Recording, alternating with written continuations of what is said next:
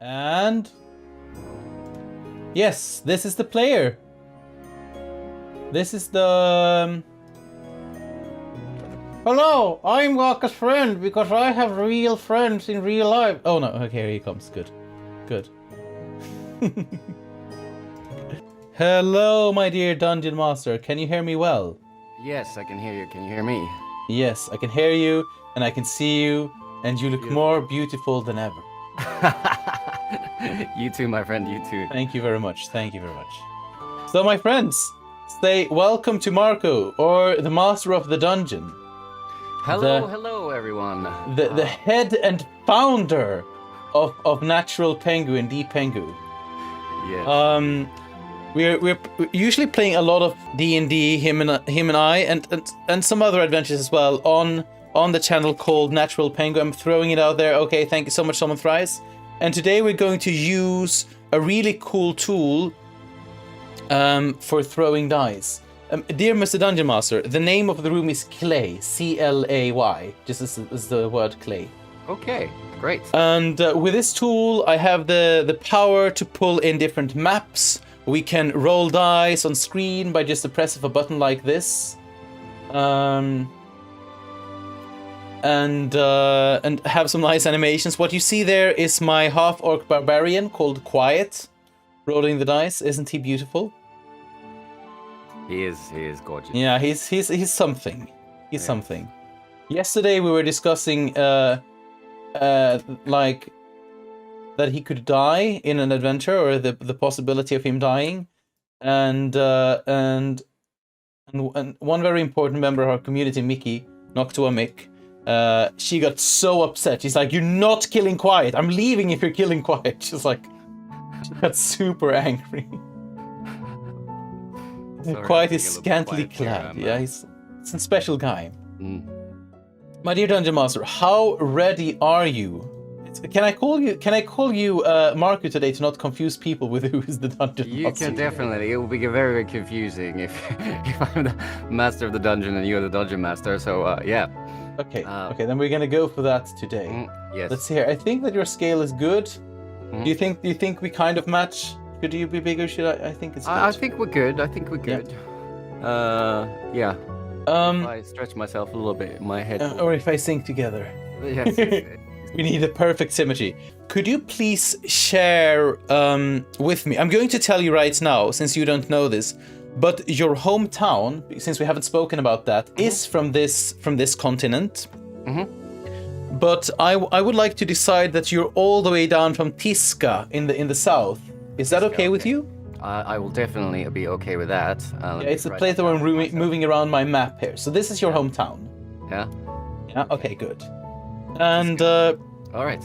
As you know, we are still up here in Rime. I will give everyone a catch up on what happened, but I think first tell us about your character. Tell us a little bit about Hāndre. Okay. Yeah, and I will shut my mouth. Okay, Dungeon Master, the microphone is yours.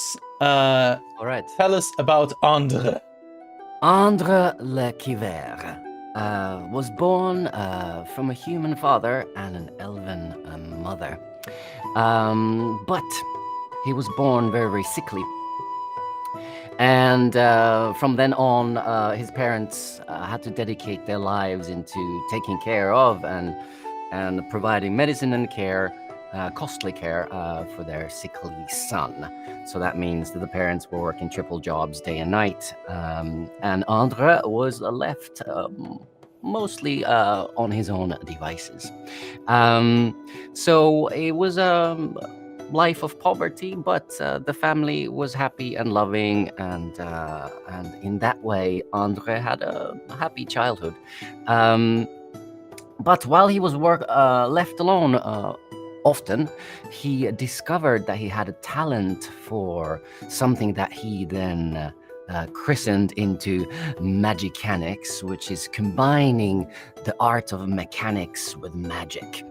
And he grew up into a very, very thin, impossibly thin, gangly young man that got hurt by any small push or a shove or even a stronger breeze of wind. So he built himself this new body, this shell, that then reinforced his body, and at least he looked like he could take any blow and was a healthy, normal person.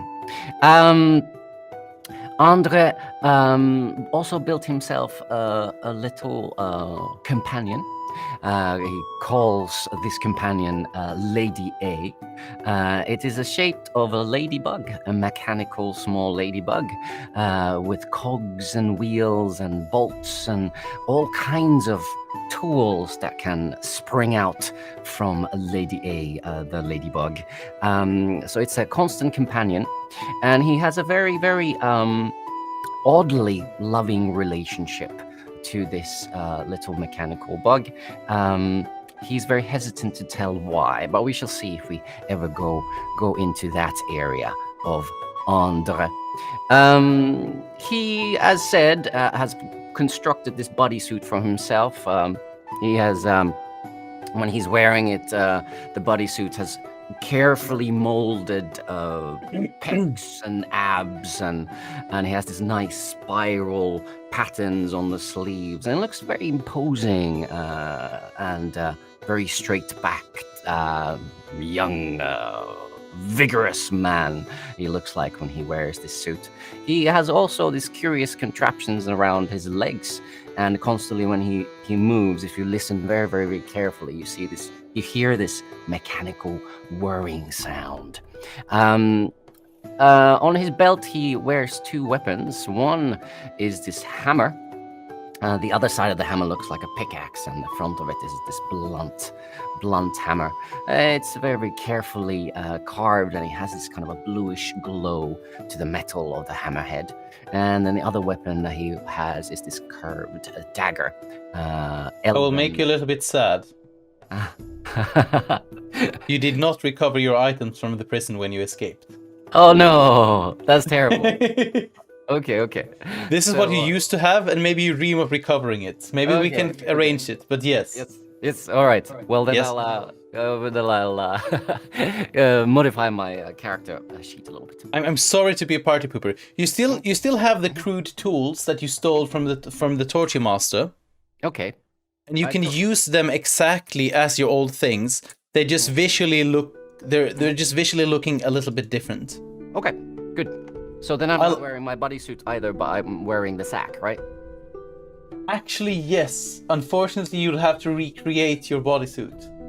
So I remember I recreated it last time as well, and the sackcloth has these amazingly shaped pecs and abs now. Yeah, you still have the bonus to the sackcloth because you recreated it. I'm sorry, my dear Dungeon Master, to kill your darlings, but that's it is the way of the story.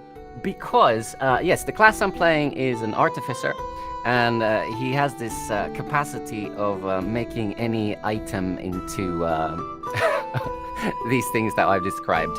They might look a little bit different, but now my sackcloth is my Iron Man suit. Crazy Man 1984, you're absolutely right. Throw in a little bit of MacGyver and Batman, and then you have the recipe for Hāndre le Caiver. But yes. Cool. Yeah, sounding cool. Yes. I am. Questions. Do we have any questions in the chat? I'm reading a few comments. Crazy Man is saying Iron Man plus Thor smash goals. Awesome. Yeah. Yeah. I think I'm gonna bring you to the world. Feel free to come with questions, comments, and so on. You're all very welcome here. The guest that you see on screen is the Dungeon Master of Natural Pengu, where I can also be seen hanging out as a player and not a Dungeon Master. And go and check this fantastic D&D channel or role-playing game channel out. Thank you so much. And okay. He's there playing with us a lot at Natural Pengu as well. So we're really, really happy to have Waka there. So yeah, come check us out.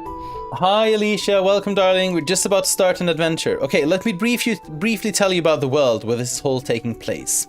The whole world, as we know it, as the cartographers describe it at least, is called Banturia. and it looks something like this. These are the 3 big continents that are known to men: Ropesvia, Banturia, and Grognak.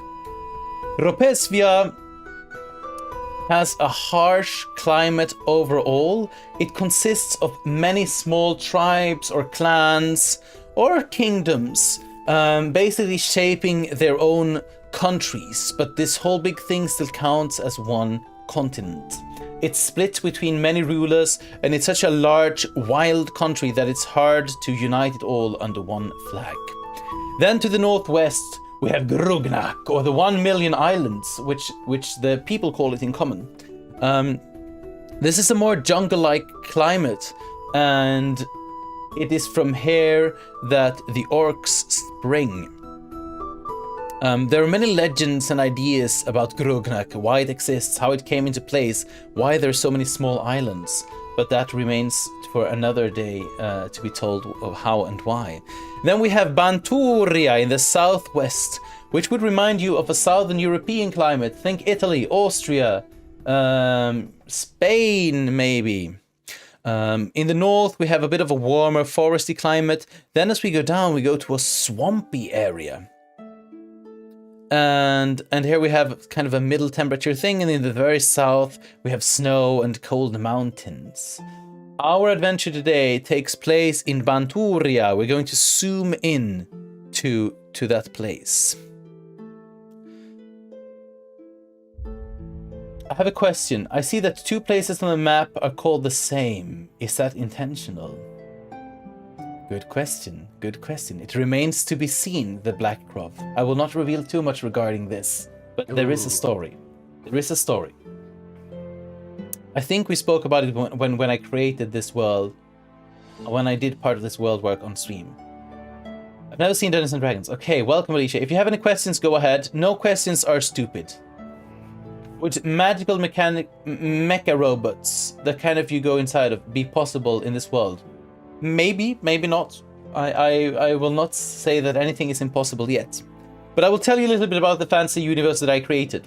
In this universe, orcs are not evil by nature. They live in tribes that have a more simple way of living. They live very close to nature. They're not so interested in mathematics, in formulas, in science, but they're more interested in living close to nature and not overcomplicating life. The elves are rare. They live in their own forests or cities, usually hidden. And that we have a half-elf today playing an adventure is something quite unusual. For an elf to live among humans, they have to be a cast out for whatever reason. And when being seen in the cities, they are both treated as something exotic and beautiful, but they can also fall victim because they're so unusual. I assume that a lot of people would like to out of jealousy, hurt you, rape you, kill you. Some people would court you. Some people would look up to you and would want to have you on their court, to have you as a symbol of you being someone well versed in the whole world. The dwarves are also unusual, keeping to themselves. This is more a classic. It's not a low fantasy world, not at all. But it's not a world where you will see a dwarf, a tiefling, an elf, and a human casually drinking at a tavern and no one reacting. Where they live so different lives. They have so different goals in life. Their purpose is different. And sometimes the races mix, but then for very good reason and not casual ones. What you see here is the continent of Banturia, one continent ruled by a single queen, known as the Queen of Magic in the common tongue. She is using dark magic to enforce her will upon her court, upon her loyal black guard, her knights wearing only black armors and capes, and she has an enormous working force by shipping slaves from the continent of Grognak to Banturia. She lives up in the capital Guertasa, a 1 million people city. Yes. In Banturia, over the years, a resistance to the slavery of the orcs has been rising up. The orcs are being treated worse than cattle. They're being whipped, spit on, and if they die working too hard, it is just seen as a small loss, and new orcs will be shipped from the islands where they're being kidnapped by the Black Guard.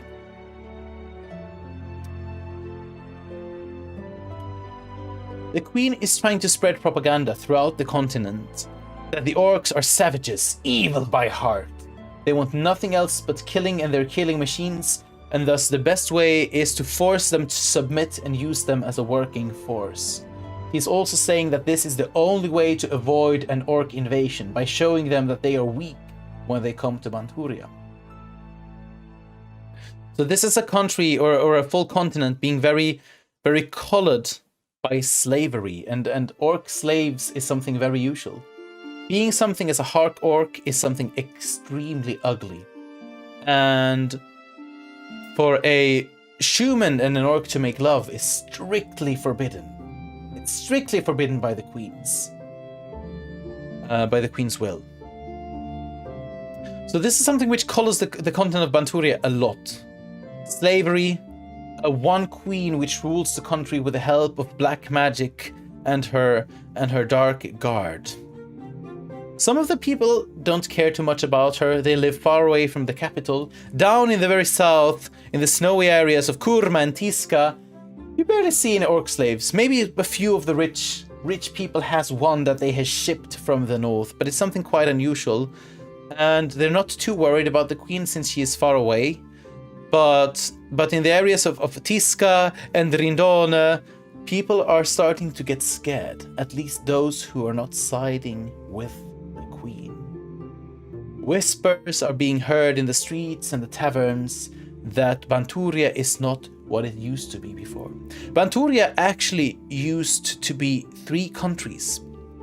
It used to be the upper part, here that you see with a big river dividing the whole country. The big canal here.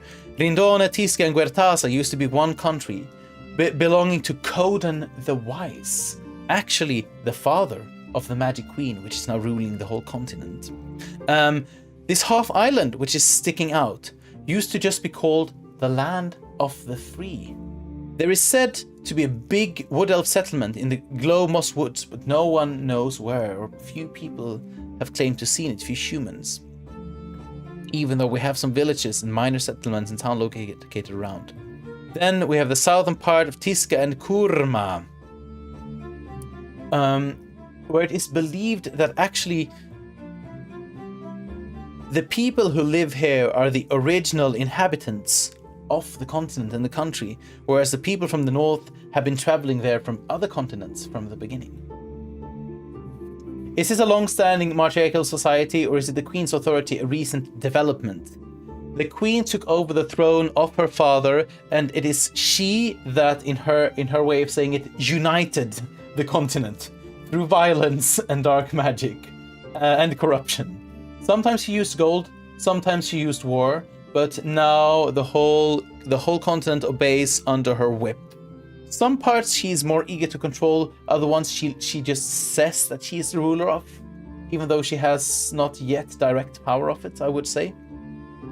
The queen should be around 46 years old, if it's correct, the birth of date that was noted down. Her father, who used to be the king, is dead. He died when she was quite young, 16 years old. And that's when she took over the throne, with the help of the council that the king established when he found out that he was dying out of a disease. However, the whole council has already been executed for being corrupt. So that's a little bit of a history of the world. Yes, I'm making some of this up as we go. And I hope I remember half of it so I can write it down so I can, keep this world going. This world was only planned to be for a 1-episode stream that I did on my 2 years as a streamer anniversary, but I have the feeling that I might keep on going back to D&D because I've been missing this so much and it was so much fun to play last time. What is the people's opinion of their queen? Some love her. Some claim that she's an amazing queen that finally, brought the kingdom to its full glory. Some are scared of her. Were they actually corrupt, or is that the official story? Lily, there's many different opinions on this. I can't say. I will not reveal too much, because if this will turn into a full campaign, a lot of the main story will have to do with this queen and her slavery actions. Waka. Jay, thank you very much for the follow, but you're all welcome to come with questions. She's a Cersei. I would not say she is Cersei. I can understand that yes, I mean, of course, there's some Cersei elements, but as you get to know this queen, she might be a little bit different. I love all of the questions. It's awesome to have you all here, but we should get playing quite soon. But this maybe is nice for you as well, my dear Markku, to kind of get into the world even more. It's great. I love it. See Absolutely. what kind of world we are playing in. Yeah. I'm just happy listening here. It's Okay. Warm welcome, LJ. Okay. We're going to do a brief catch-up with what happened last episode. Hāndre being played by Markku here, this way I should point, has been part. Do you want to tell us about the way you found out that you could make some real money that you really wanted to make? Do you remember it, or should I help you? There was a orc leader of the uprising, right? Yes, Has there was been an captured. important orc chieftain. Yeah. And he's been captured, he's been enslaved, right? And Correct. Rescuing him and delivering him back would make me some well-appreciated gold. Indeed. So there were rumors of this orc chieftain being shipped from the islands of Grugnak, all and way down to Banturia to become a slave.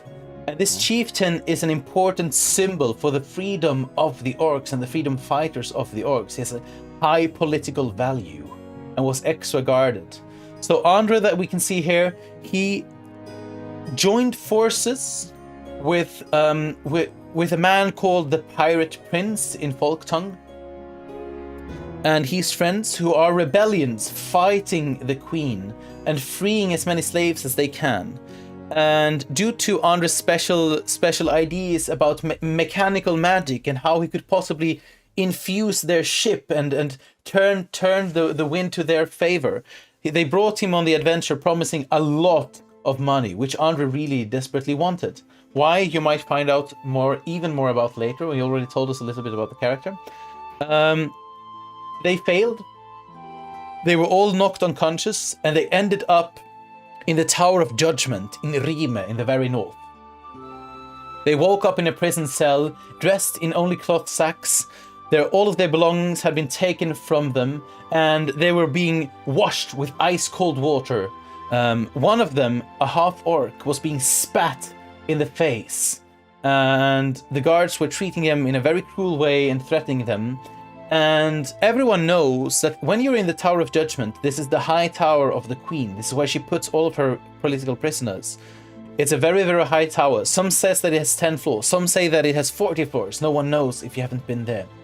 The closer you move down to the ground floor, the closer you are to your execution. And they were on the second floor, and they were going to be part of a big show of executing rebellions to put fear into the resistance of the Queen and her slavery. They magically managed to escape by killing some of their guards, stealing a key. Or no, actually, the guards were about to open the gate when he started fighting them. That's how it was. Killed them through the prison bars. Escaped, and with the help of some illusions and magics, managed to distract a number of 40 guards chasing them. Escaping throughout an old cellar and through some old forest ruins of an old temple. After escaping, they found themselves in the town of Rime. You actually did really well, and you did not take the path that I anticipated. I have to do a lot of improvising there when you escaped. And they're coming out here by the shipyard in the sewers. Hāndre, the half-orc Nartak, and the pirate prince, who is split in half in his body. Half of him is a human man, and half of him is a forest dryad that are sharing the body because of a very exciting story that we will speak about next time when they join the stream. Also, they rescued 3 half-orc kids that were meant to be the final part of the execution celebration for the queen. As they exit the shipyard, they realize that if they travel together, they will be found very easily. In a town like this, where the queen's presence is really strong, it would be stupid to travel in a gang dressed in wet cloth sacks with 3 half-orc children by their side. Thus, they decide to split up. Hāndre promises that he will have a way to contact them all. I think he doesn't yet know how, but they decide to split up and go in different directions. This is where our adventure begins.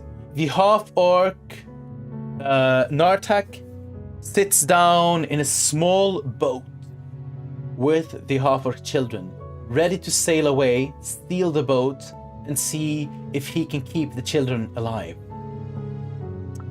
The pirate prince and the forest dryad quickly transform into a wolf and start rushing away to the east. And there you stand yourself, Hāndre, on the shores of the town of Rime. Okay. You have the shipyard to your side. Have you joined the room? Yes. Yes. I'm gonna put down your token, and you're just here. So ahead of you, you have a small hut where they most likely store tools and things for the shipyard. And you're not seeing too much of the village. Maybe we should even use the fog of war, since you don't know this village since before. Okay. So give me a second, ladies and gentlemen, and this is about what you can see of the village of Rime. It is a summer night. Mm-hmm. And the temperature is quite okay, but since you're wearing a wet cloth sack, you're freezing a little bit. You're a bit cold. Okay. Your tinkering with it and your enhancement of it has helped it to dry up a little bit, but it still has that kind of damp cloth to skin kind of feel. Without your normal body enhancements for your weak body, you're feeling a bit scared and weak. Mm-hmm. But knowing that you escaped the Tower of Judgment still puts a little grin on your lips. Oh, yes. And this is where the adventure begins. Okay. You said there was a hut. Yes. Do I see? Let me move you closer. You're actually here. This is. Let me show everyone the map. I'm gonna move myself out of the way just for now. There we go.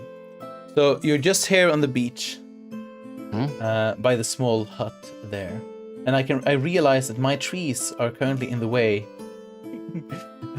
My nice little overlay trees are blocking the visage of the shipyard. There we go. So something like this.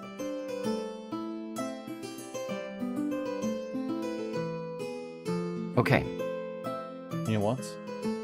There we go. Let's just do this. Yep. Right. So, is there anyone around? Do I see any people? I'm hiding a little bit since wearing a sackcloth. It's in the middle of the night, and you're kind of in a working area. So it seems like people have gone to bed. Okay. So, Yeah. So this hut, I'm really curious to see what's in there, but also take a little bit of a respite of everything I've experienced in an area where I can feel relatively safe and not to look behind my back all the time. So yeah, I'd like to look into the hut and see what's in there. Okay. So you quickly reach the old wooden door, which has been colored and worn out by the salty sea, which is close by in the winds of the sea. There hangs a rusty lock on the door. You rolled a natural 1. Yeah, it was a test. It was a test. Are we You know, still... it's just That's going to be your next roll for opening that door. No. It was just a, celebratory test roll. I'm just, So you're standing by this door to the shed with a rusty lock. The air smells of seawater, and you can hear some of the seagulls the summer night in the harbor with their annoying noises. The town does not seem dead, but not lively at all. You see no person close to you at the moment. Okay, great. It is already dark. Okay. So first, this lock intrigues me. I wanna pick it. Okay. Can you make a sleight of hand check, please? Yes, I will do that. Black Crop, thank you very much for the follow. Welcome. I'm gonna set a difficulty on my mind in this. Do you have tools for doing this? Yes, I have thieves' tools. Is it not throwing? Damn. Okay. Let me just see. Is it because I'm not in there? It could be. Is it because I'm tabbed? Yeah. Oh, there we go. Oh! So what is your proficiency? What is your bonus? +5. So I got an 8. Okay. So you start picking the lock with your tools, and you feel the sensation of the rust on the lock in your hand, the sea salt bitten lock. And as you go along, you hear something crumbling within the lock, and you realize there's even more rust in the lock. And maybe a perfect key could do the job, but your tools will not make it happen right now. Okay. So then I want to look around because I feel, even though I've grown attached to my sackcloth, I feel like prancing around the town with the sackcloth was most likely will betray me as one of the prisoners is not a smart idea. So I'm looking around if I see some clotheslines or anything like that where I could steal some other type of clothing. So where you're standing right now, let me move your token again because it has oddly moved. I've tried to move it a little bit, but there we go. Yeah. Where you're standing right now, you cannot see any clotheslines. No. Okay. No fisherman jackets or anything like that. No, you can try. I'm gonna give you a hint. You can try. Take a look throughout the very, very worn down door in front of you. It has some cracks in it. It's not a very solid construction, same as the lock. Okay. So so I'll look through the cracks first to see what I see inside. Is there anything there? Is there light? Can you make a perception roll? In the meanwhile, good morning, Peter Phoenix. An honor to have Creeper Bernal. Excellent role-playing Dungeon Master here in the chat. Oh, great. Welcome each and every one of you. 6 plus... 6 plus perception 2. So 8. I'm doing solid 8s today. You see some kind of sacks in there. And you believe a table, but it's dark and there is no light source, so you really cannot tell. Okay. So I gently try and nudge the door a little bit and see if the wood is brittle enough to break. What is your strength again? My strength is 8, so -1. Okay. So you don't need to do a roll for that. It is brittle, but you are not feeling strong enough to just do this by hand. Okay. Are there windows and stuff like that? You haven't tried walking around the building. Now let's walk around a little bit. Okay, so you take a stroll along the shack, and it seems like there are no windows at all. Okay. And as you walk by it, from the alleyway here behind me, around this, kind of in this direction, you hear sobbing. Okay. So I will creep in the shadows a little bit closer. I will try and be not heard or seen before I see who is doing the sobbing and why. So I'm gonna sneak closer. Okay, can you do stealth roll? Yes. Oh, come on. Oh, that's close. The sex fancy. Oh, wow, okay. So you start sneaking. Yeah.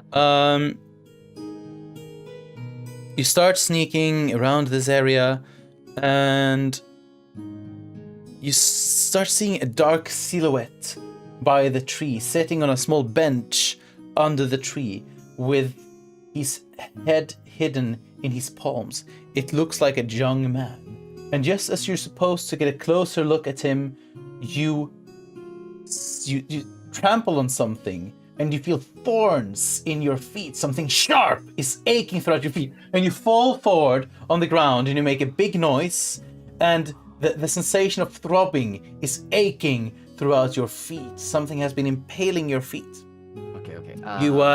You quickly try to sit up, save yourself from the situation, and you see that you have trampled on a big bouquet of roses, and the thorns of the roses have pierced your feet that are now bleeding a little bit. It's very thick, extremely beautiful roses. They have a pattern. They're not one-colored. They don't look natural. They're red, and then they have these swirly white stripes going along them, almost shaping hearts at times. Mm-hmm. The young man looks up from his hands. He has short hair, no beard at all. You would believe that he would be around the age of 16, but it's hard to judge in the darkness. He is dressed in very simple clothing. I don't care. You might as well step on these flowers. She's not going to love me anyway. I'm not good enough for her. And he just puts his head back into the hands, and keeps on sobbing and whining. Okay. Looking around, I see no one else. No. Okay. No one else, as you can see. I stand up and pick up the roses gingerly. Gonna move to the side again. Yes. And I walk to the man and say, "Excuse me, what is the matter?" She doesn't love me. I've been trying everything. I even tried to sing her to her like a bard. But she's good to me. She's too good. She's living in the rich quarters of the area, and her parents would never approve of me, and she thinks that I'm just a simple peasant. I just wish that she could smile at me once. I'm so in love that my heart hurts. My heart hurts so much. Did you know that her name is even Rose? And I saved for such a long time for these flowers. She doesn't want me at all. And he just keeps on crying in his hands. Is he sitting down on the ground, or?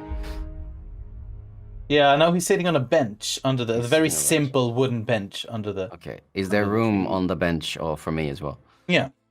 Okay. He's a nimble young man. I point at the bench and ask, "Young man, may I?"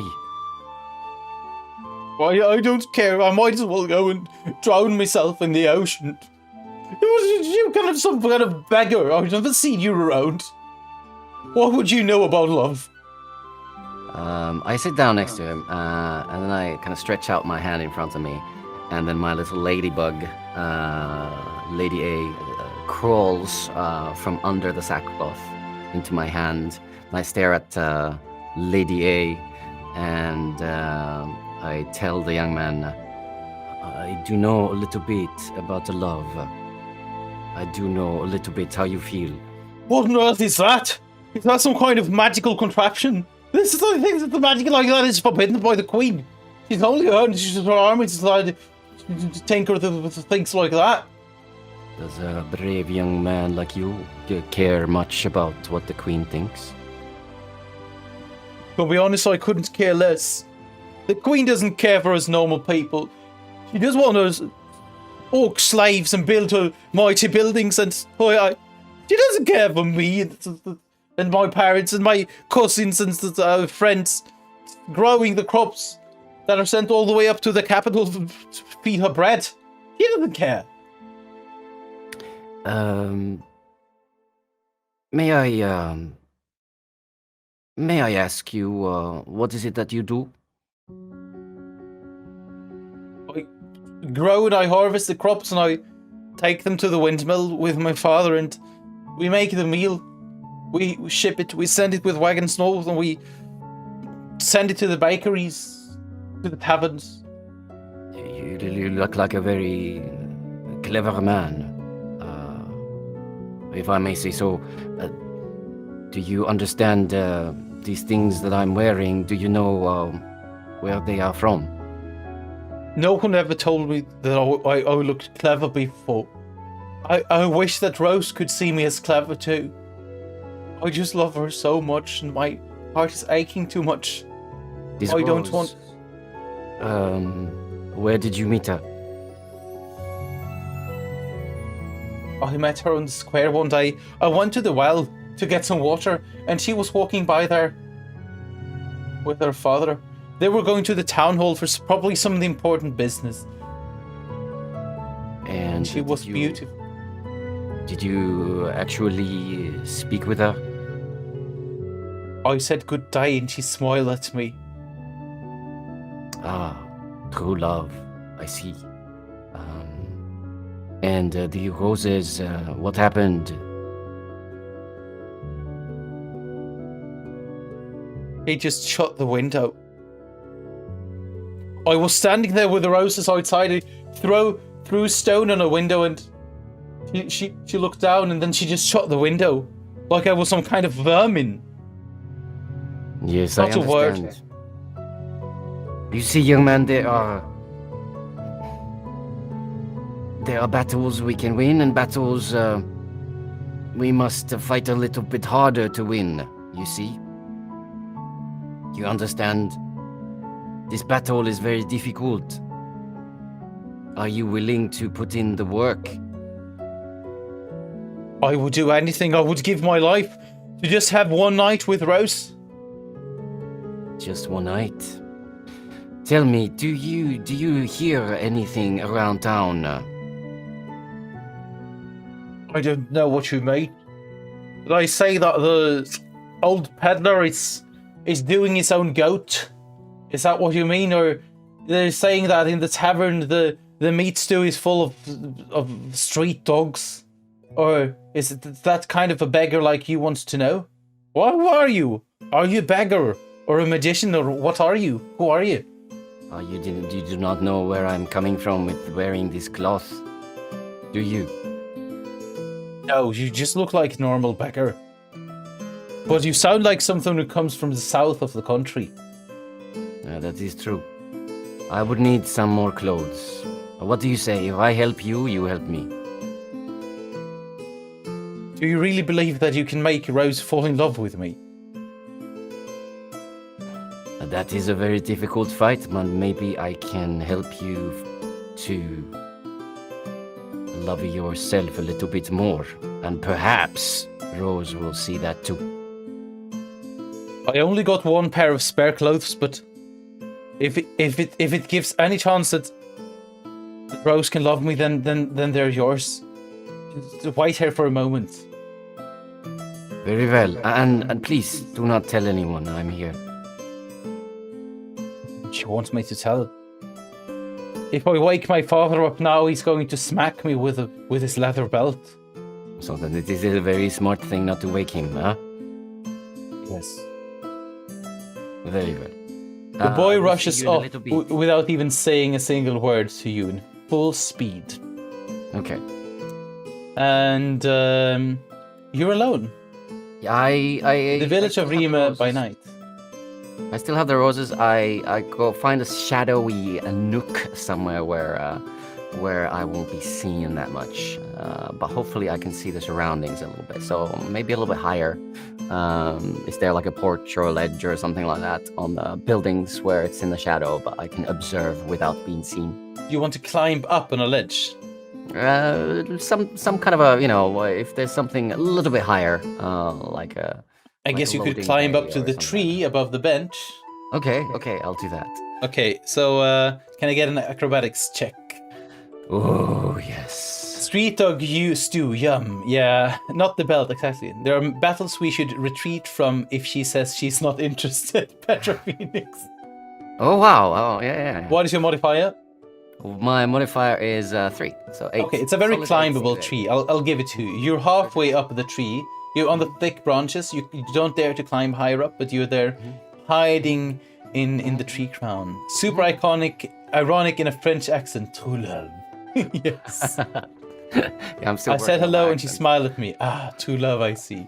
It's lovely to have you all here. I hope that you're enjoying the adventure. I will chat up with you when I can, but now we're going to continue playing. Okay, so now I'm in a little bit higher vantage point. Do I see anything of interest? You're up here in the tree.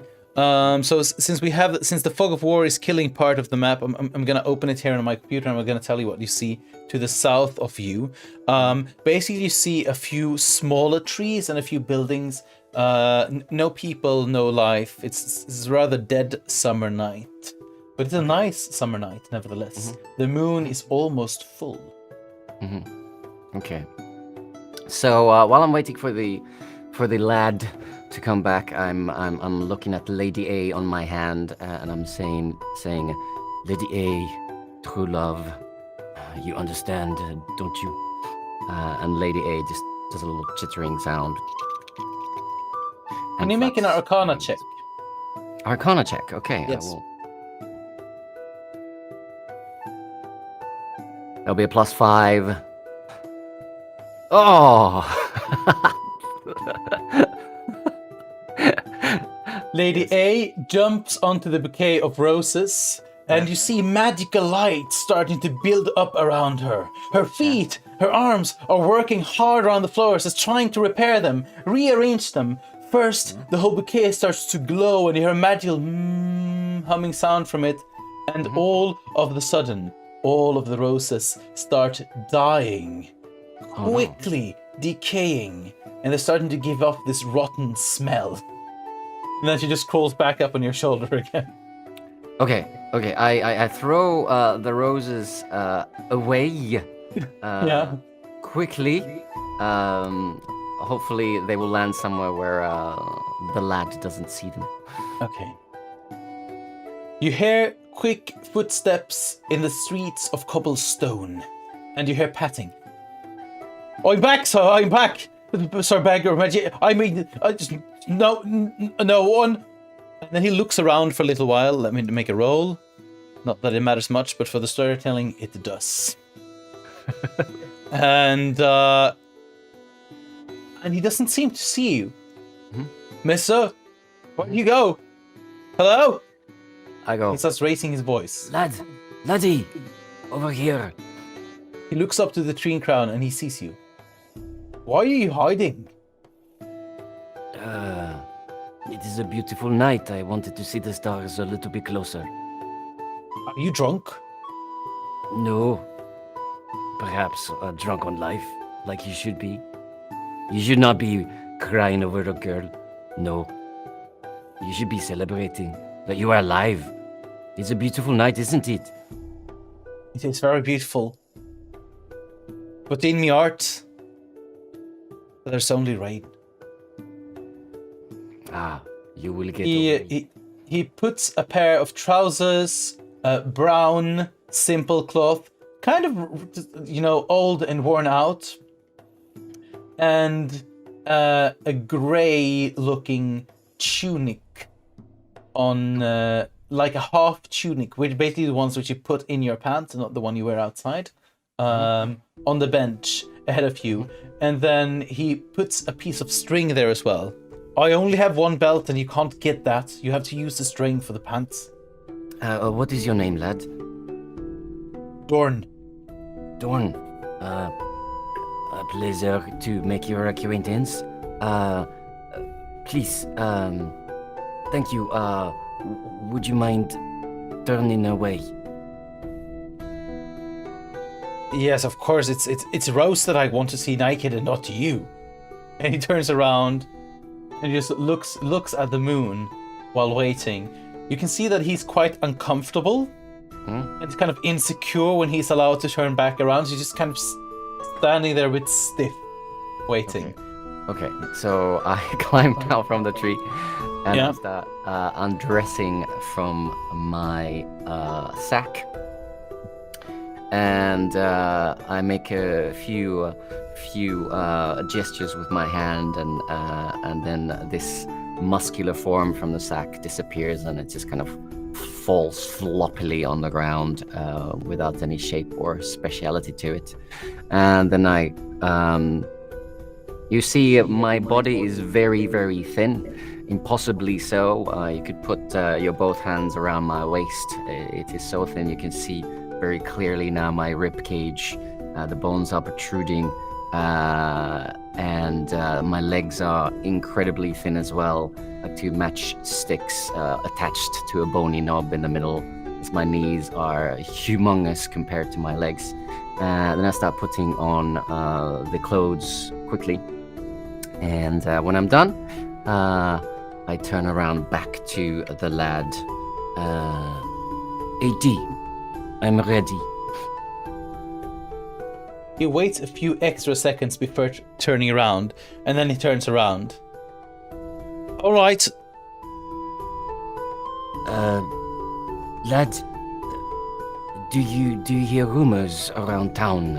I'm interested in slaves. I have already given you all of my clothes that I have. Now help me to save Rose. I want to be with her. Lad, did Rose ever say anything to you?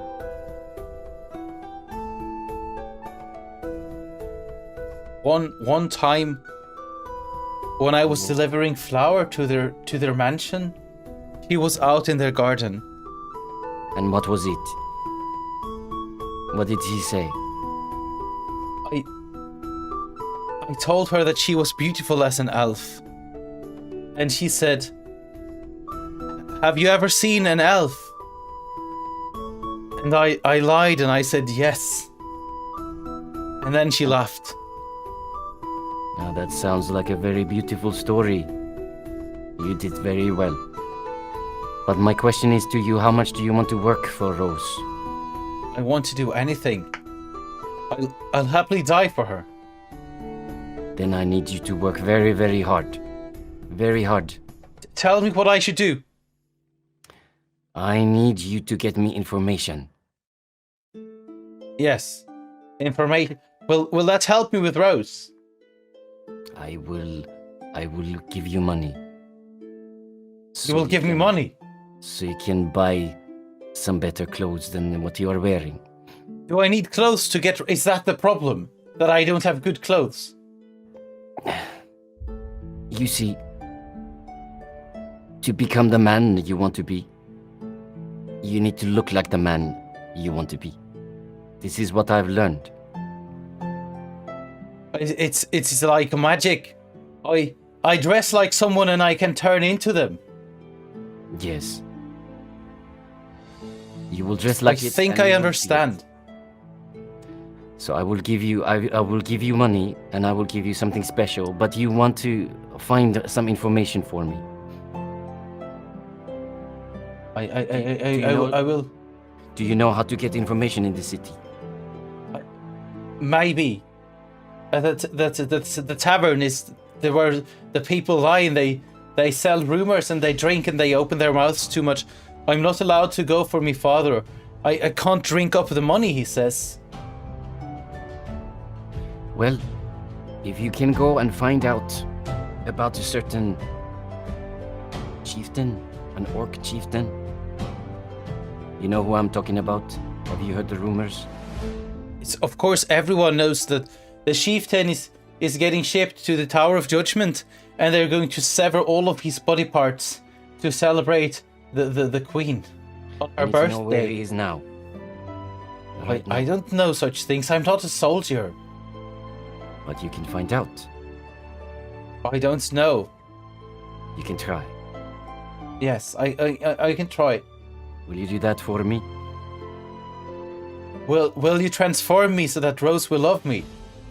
That I cannot promise. You have to transform yourself. But I can help you a little bit. I guess I have nothing else to try. You are correct. Yes. Will you come with me to the tavern? I might as well. They call it the miner's nose. I don't know why. The miner's nose. Yes. That's a little bit funny. It is funny. I know a quick I know a quick route. Do you want me to show it to you? Very well. Show it to me. So you and the boy walk in eager silence, and you go through a very narrow passage between two houses. It's a town which seems to be asleep, but the closer you get to the center of the town and the miner's nose, the more noisy and alive the town becomes. You see some people walking in the street, a forbidden love couple kissing by the well, doves shitting on the stairs of the town hall, but no one seems to care about a man dressed in simple peasant clothing. It is a rather large town after all, and this is nothing unusual. I try and put my kind of mullet of a blonde hair a little bit arranged so that it covers my ears a little bit, so the little pointiness doesn't show so obviously. Can you do what kind of check would we want for that? Should we go for a let's go for a performance check for now. Okay.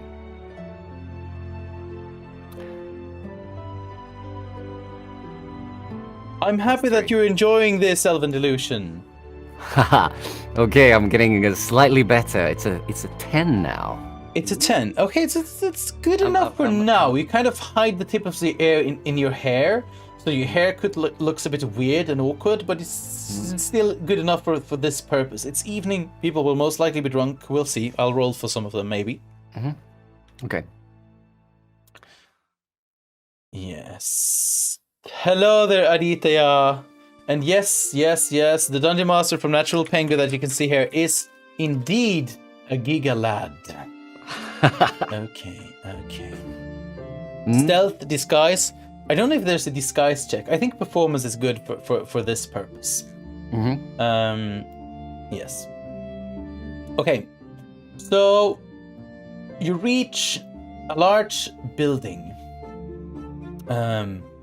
With windows where light glows from within. You hear laughters, you hear singing, you hear screaming, but the jolly kind. Okay. And you smell food. You haven't eaten properly for days, so you can hear your own stomach go, really aching for some food. It smells like mashed potatoes with real butter. Oh my. It smells like roasted pig. It smells like cabbage stew and ale. And all those smells are fulfilling you, but they're actually making you drool a little bit, whether you want it or not. You really feel the saliva building up, and you feel that, oh wow, I haven't realized that I'm pretty hungry. And until you have eaten, you will get disadvantage on all constitution checks. Okay. Yes, I'm a mean dungeon master, but we're doing a story here. Yes. Okay. And you get to the entrance, which oddly enough looks like it's facing an alley rather than the main street. There is a picture of a giant nose on a big wooden board outside of the place, and in the giant nose, there are several miner's hatches that are kind of stuck in the nose, and then there's a little small text about what kind of rooms they have to offer, and it says dwarves are strictly forbidden. Red letters as well. Okay. Wow. For some reason, you don't know why. Okay. Are dwarves miners in this world? Dwarves are indeed famous for mining metals, yes. They are, you can imagine, quite classic fantasy dwarves. They're after all living underground. And this place was it Miner's Nose? The Miner's Nose, yes. Okay. Yes. Interesting. All right. Good. And I'm telling you all again, everyone in chat, you're free to inspire me with names, characters, happenings. I read what you're saying, Dag. We're not going to go down that path, but you guys go ahead and feel free to, imagine what you want and what you need. Okay, what do you want to do? You're both standing outside of the tavern. The boy is watching you with high expectance in his eyes. He's looking quite excited about showing you this place. Okay. So I look at him and I see that he's very excited. So I asked, do you come here often? I think I told you already. My father has forbidden me. I can't drink what I earn. You told me your father has forbidden you, but that is not an answer. Do you come here often? Maybe once or twice. I can't barely afford to drink like in a place like this. This is the finest tavern in Reba. They have really good food. I couldn't even afford a small pint if I wanted to. Or your true love, does she come here often? I don't know if ladies like her get to drink like that in a place. They have servants and chefs and their own people in the mansion. Is she a lady who would like to come here? Maybe it will be an adventure. Indeed. Why did I never think of... I could, instead of becoming her world, I could show her there is something else. Something else which is exciting and beautiful. He has the money and I know where to go. I slap him in the back and say, now you're talking, laddie. Has the magical transformation begun? Indeed. He looks very excited and like watching around him and seeing if he can see people's reactions to him transforming. But some people walking by and they simply don't care about him. Laddie, do you have any money? Any money? No. I am very hungry. Very hungry indeed. You look hungry as well. I have eaten once today. How do you think we would be able to get some food here? I don't know. Maybe they have some cleaning that needs to be done, or maybe. Do you know how to sing? Me? Yes. I have sung a song or two. Maybe you can try to trick them that you're a bard. Perhaps that is not a bad idea. And now you are using those brain nodules of yours. I appreciate that. You see, you are becoming a whole new man. Yes, I'm changing. Very well. Now stand up straight. Yes, those shoulders The back. boy straightens. He's already quite straight back, and now up and with that chin. Yes. he starts looking a bit awkwardly up to the sky, like this. Very, very good. And now let us go inside and see what we find. But we must look like we belong here, not like we are some guests or people who do not belong in a place like this. We own this place. You own this place. All of the sudden, you hear some tumult going on. Bottles being knocked over on the ground, and a sound. And a large male cat is chasing a rat through the city streets behind you. You are scared for a moment, but you breathe out, understanding that it's not the Queen's Guard coming for you. It is time for us to go inside, yes? What are you waiting for? Nothing. Let us go. Let us go. So I step inside. He follows you inside the tavern. What do I see? Although it's summer, the fireplace is still burning. And the smells, the scents, the sensations of food is fulfilling you even more than before. You can almost feel the fat of the roasted pig in the air and the salt of the mashed potatoes with the real butter. It smells like you're in heaven, and you can't wait to eat something. Okay. So, do I see someone who looks like they're in charge? Yes. As you come into the settlement, ahead of you, you see a pair of stairs leading up. Where to, you do not know. On the sides of you see tables with lots of people eating, drinking, playing cards, someone playing with a knife, and then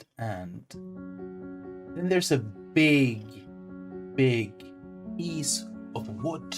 It doesn't look like a normal counter, but it looks like someone has taken a ginormous piece of oak tree, put it there, and cultivated it into a big square.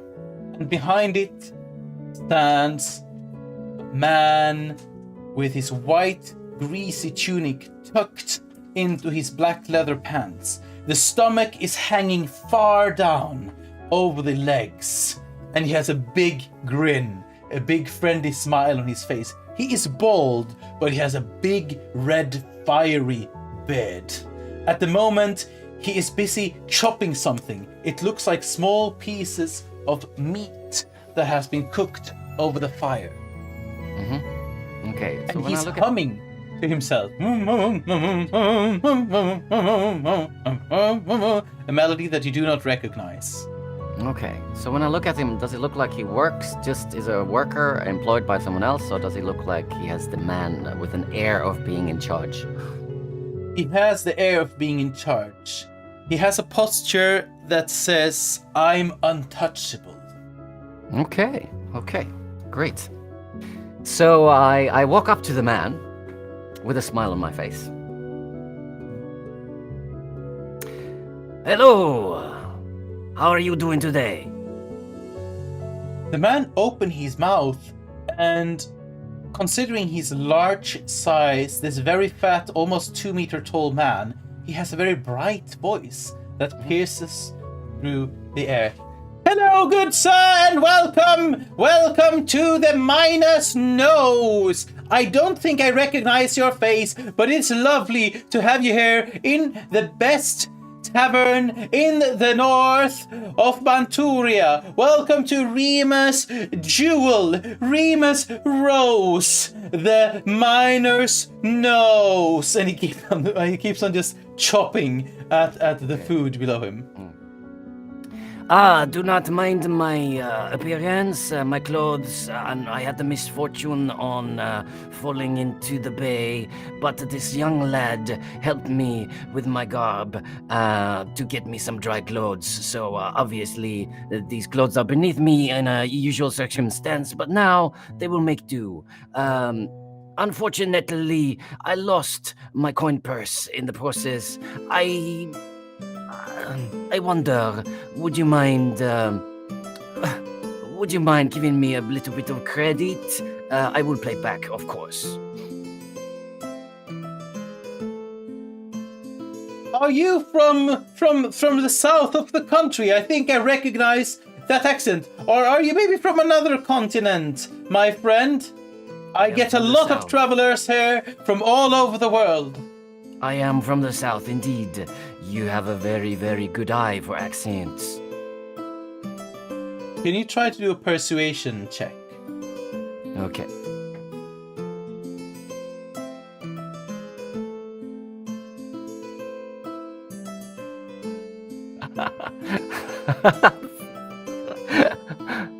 I'm still waiting to hit the double digits with my rolls today. Road Anonymous, thank you. Hi, Anonymous. Welcome, everyone. I hope you're having a good time.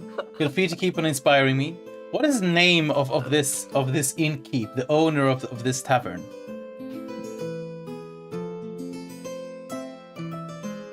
Are you with them?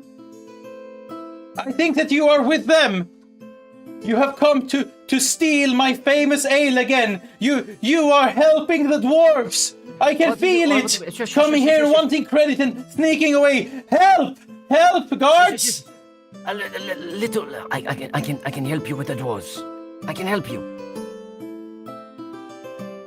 What? Have you heard about the dwarf problem? Now I have. I can help you. Tell me, they steal, right? They have... Ale has been gone missing, and it has to be the dwarves. Everyone knows that they come up from the ground at night, and they come into the human towns and they steal our ale, because everyone knows that a dwarf likes ale. I am sorry. Did you tell me your name, good sir? My name is Balgur with a big bladder. Balgur with the big bladder. That is yes, a very noble I can name. drink ale without going out to the alley for a full night and sleep with it in my body. And then in the morning I go proudly out and I pee for 10 minutes straight because I am Balgur with a big bladder. I appreciate the information, Balgur with the big bladder, but as you see, I am standing very close by and we have some secrets to share. Come closer, Balgur. Balgur leans forward and then notices that the knife he's chopping the meat is about to pierce through his clothes. Raises up, puts it down, and then he takes a piece of the meat, shoves into his mouth, chews with open mouth, and just gets closer to you as he's ready to listen. You, Balgur, you have a very noble voice. A voice that carries over a very long distance. Some people even say that I could be a bard with my voice like this. I agree. He keeps on chewing. I agree. But, Balgur, you cannot be everywhere at once with your noble voice. Is this true? What do you mean? This is my establishment. Especially when the dwarves come and steal your ale. Are the dwarves here? Show me the dwarves and I will... Yes. Do not worry. Do not worry. I am talking of hypotheticals. But right now, where do you keep your ale? He's looking a little bit suspicious again. Can you please do a roll for me? I can definitely do. Just do a charisma roll. Yeah. Normal one. Ooh. Oh, it's 8. Yes, I'm gonna move you, or will you move you? It's an 18. Yes. Okay, it's an 18. Good. So that would be 21. Are you sure that you will not steal my ale if I tell you where I have it? Hey, look at me. Would I? Look at his face. Look at me. Would He I looks at steal you. your ale? He looks at you a few times. You don't look like a dwarf lover or a thief, but you look like the most poor peasant I have seen in a long time. Don't let my garb fool you. My name is Hāndre Kaivere, and I have the solution for you, for those thieving dwarves. But I can offer that solution for a meal. Do you see?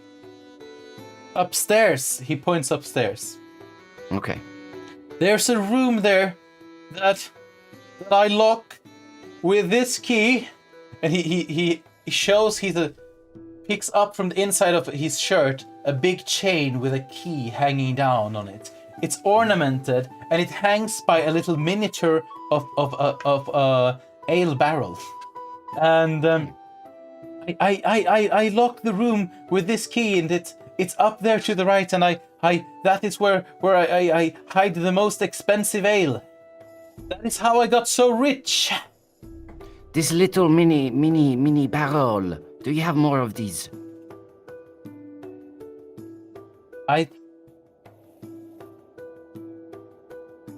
only have one more key, and it's the key. My wife has the other key. Ah, but that little barrel, I don't need the key. I need some kind of item that is something that you like. Something I like? I can modify. I can do some. Are you okay with a little bit of magic in your life? Magic? He stands up proud, puts his arm to the sky, and he says, "The gods has sent us a magician visiting Remed." This is secret. Do you know? Secret. A lot of the people start washing up from the benches in your direction, and so they start whispering and pointing at you, and they seem intrigued. Ah, yes. I want magic. I want magic, he says, and he puts a small dagger with a bone handle on the desk in front of you. This. Can you make my favorite dagger magical? I can make your dagger magical, or I can give you something that we in the South call an alarm. Alarm. An alarm. I can modify it with your beautiful voice that will say whatever, with a voice that carries over the whole tavern. Can you make it to the lock? Can you make it to the lock of the room where I have my prized ale? A clever man. I will modify it so every time thieving dwarves will come, it will sound the alarm, but with your voice. Every time someone opens the door, even me, I want the door to sing like this. I want the door to sing like this. Bladder! Bladder! Is it you? Bladder! He sings in a really high voice. Can you make this happen? I can indeed. Can you show me the door? Do you think that my voice is beautiful? It is a very beautiful voice. Start looking very excited, and sweat is running down. He's constantly chopping in more food into his mouth and chewing loud. His pieces of meat is hanging out of the mouth, and he looks extremely excited. So he stops listening to what you're saying. You will eat anything if you can make this alarm. You will eat how much you want. You will drink. You will sleep in my best bed. If you can stop the dwarves from coming here at night, I will make you eat and drink like a king on a visit from a foreign town. I will make you sleep better than the lovers of the queen. And he can see that this tumult and this excitement is making everyone look your way in the tavern, and they're really excited and eager about to see what is to happen next. I stand a little bit taller. I'm pretending that I don't notice that people are looking at me though, and then I put my hand around Bulgur's shoulder like we're the best buddies, going back while back, and then I say, Bulgur, would you show me the way to your ale room? Yes, he says with a smile. He's holding the key around the chain with his hand, and you think you can see a big pride in his face. His cheeks are red and sweaty, and there's a piece of meat in his greasy bed. He's walking with proud steps slowly towards the stairs. Okay. So Chat, are you enjoying yourselves? Have you figured out who the thief is yet? Yes, I already know, even though I'm improvising. Waka seems really easily amused and pleased. Yeah, if you push his right buttons. So Waka, people actually like coming to this bar. Prifu, this bar has the best. It really has the best food and ale in the north of the whole continent. It's really famous. He's a really extremely talented chef. But his personality might be a bit extravaganza, but I think people are still having a really good time. It is a really good tavern. It is a really good settlement. Petra, thank you for coming by, and see you soon again. And Ronin, thank you very much for your kind word. I'm happy that you guys are enjoying yourselves in this adventure. I love to have you all here, and I'm Sorry that I'm not talking to you as much as usual. Please keep the comments coming. I'm reading them all, and it's hilarious. You're inspiring me. Glad I've already eaten breakfast with Balgur around. Yes, station. Okay. So you start walking up the stairs. People are watching you in a very curious way, but they're not following you or not standing up. Okay.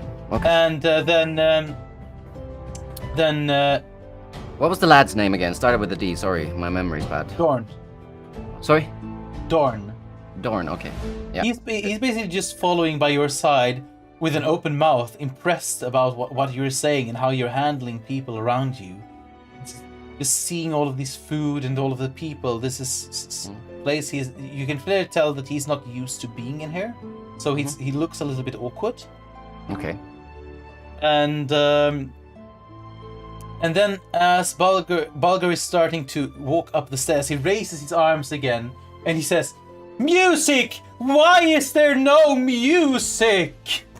And all of a sudden, out of a small room on the bottom floor that you must have missed, opens a door.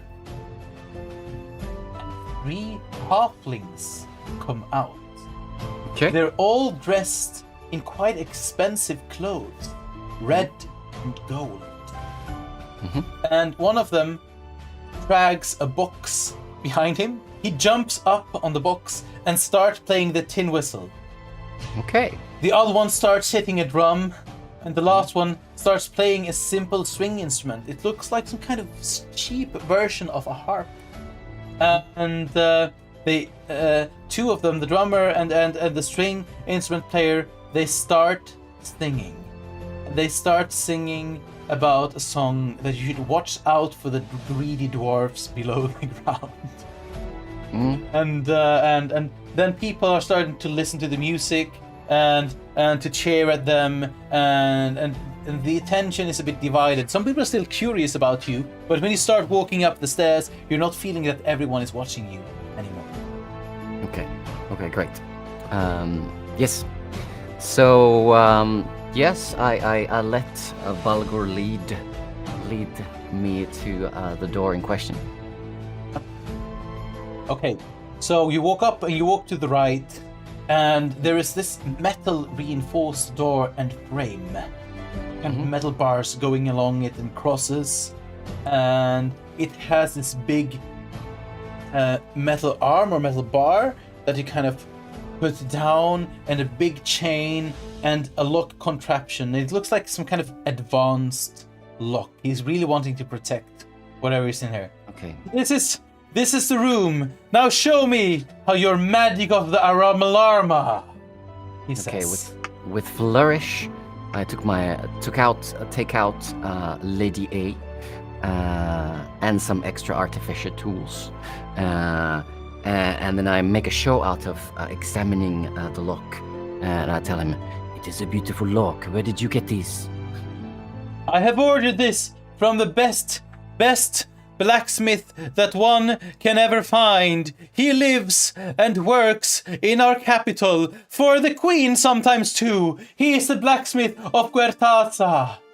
Okay, so the Lady A starts crawling around the lock, and it inserts its front legs into it, and it starts kind of pulsating with this blue light.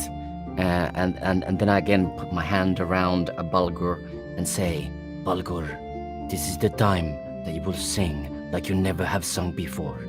You understand?" Is this a cantrip? Just asking. This is my magical tinkering. So where I can make any no item. skill rolls for it. No, so I can make any item, small item, to do all kinds of things. In this case, I'm going for a 6-second long recorded message. Okay, 6 seconds. Great. Yes. So we're gonna tweak the rules a little bit. I mean, we're gonna see. So Balgur takes a deep breath, and this already large man becomes twice the size. And out of him... Before he's about... Right when he's about to sing, when he has the vision, I stop him. I just, wait! He's at the top of his lung, and he goes, "Yes!" Now, you said I will get food. You will get any food you want. You will get anything, just if this works. And a bed. And a bed, the best bed the house can offer. I will even give you new clothes if it's working. And for Dorn, my humble servant. He also bed. Yes, he will get the servant's chamber beside your room, and he will get food and drink. He will not remember the night, because he will drink so much of my ale. And clothes. Can you roll a persuasion check? He kind of looks at you, and his lips start trembling a little bit, as if you're pushing his limit a little bit too much. What is your proficiency?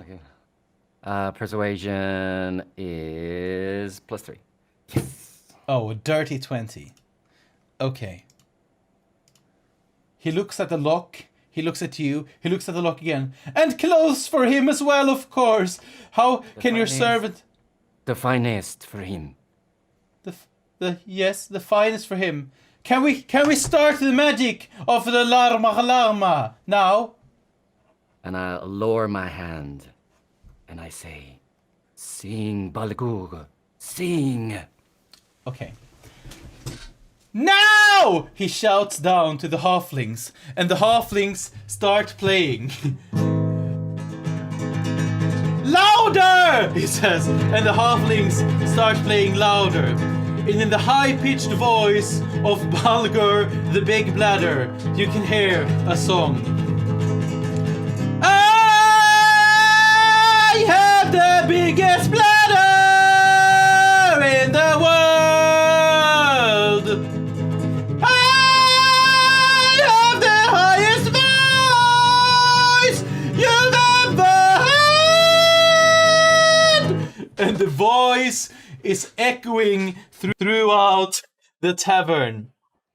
You think you have never ever heard such a loud sound in your whole life. It's piercing your ears, and you think that your eardrums might actually burst. And even though it's not beautiful at all, you're impressed by the sheer power. He throws his head back and then smiles at you. Maybe I will even become a bard one day, and not only a tavern owner, he says with a big smile. I smile back. That was beautiful, Balgur.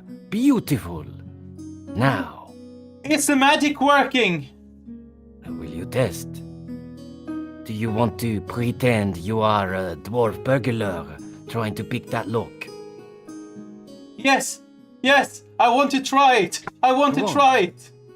Try it. Go on.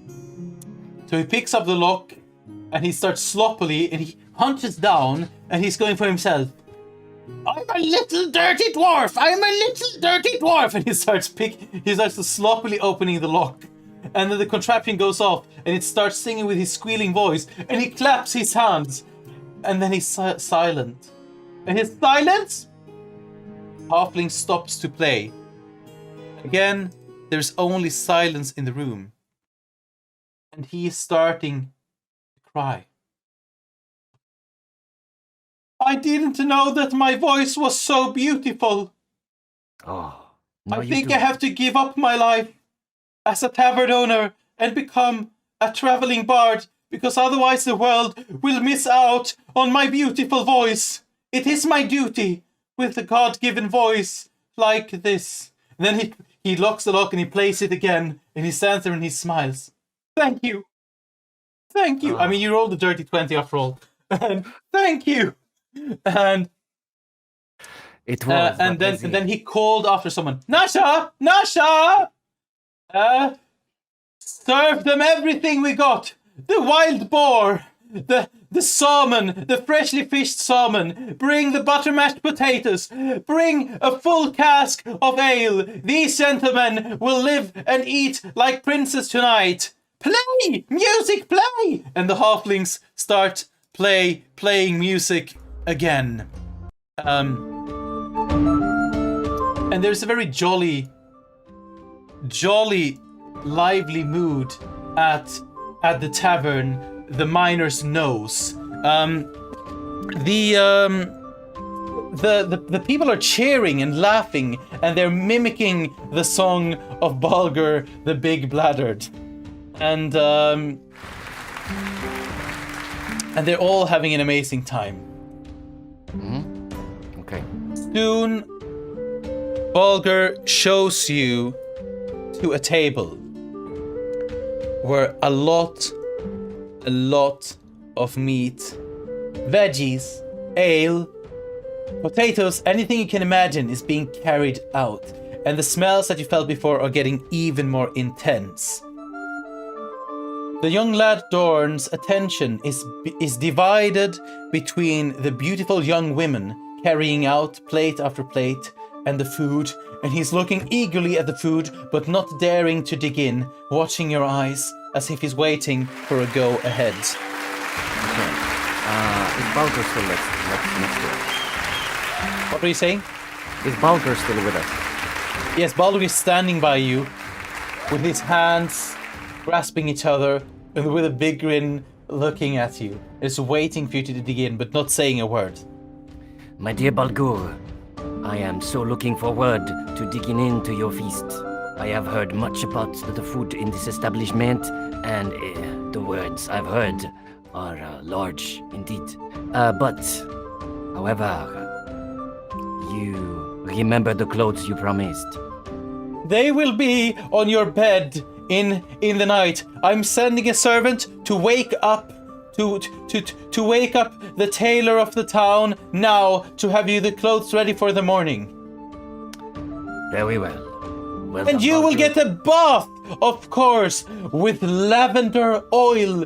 You will smell like the butterfly in the morning when you're about to leave on a journey. Are you one of the wizards of the coast?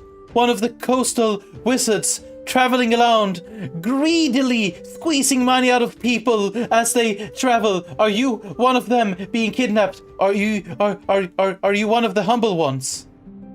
Humble? Perhaps, but Hāndre is my name. Hāndre, what a beautiful name, he says, and then he just walks off to his table again when he starts chopping the meat, and he sings a little bit to himself the song which he just sung about his own bladder. Ah. Now, Dorn, sit, eat. And I Dorn sit and barely hears you finishing saying that word because he just starts mashing food. He's only using a spoon. He doesn't use the rest of it. He's only using a spoon and just like forcing food into him. It looks like he hasn't eaten for days. And he doesn't speak. There's grease splattering around, and then sometimes he just swallows it down with a big sip of ale. I hold up my hand.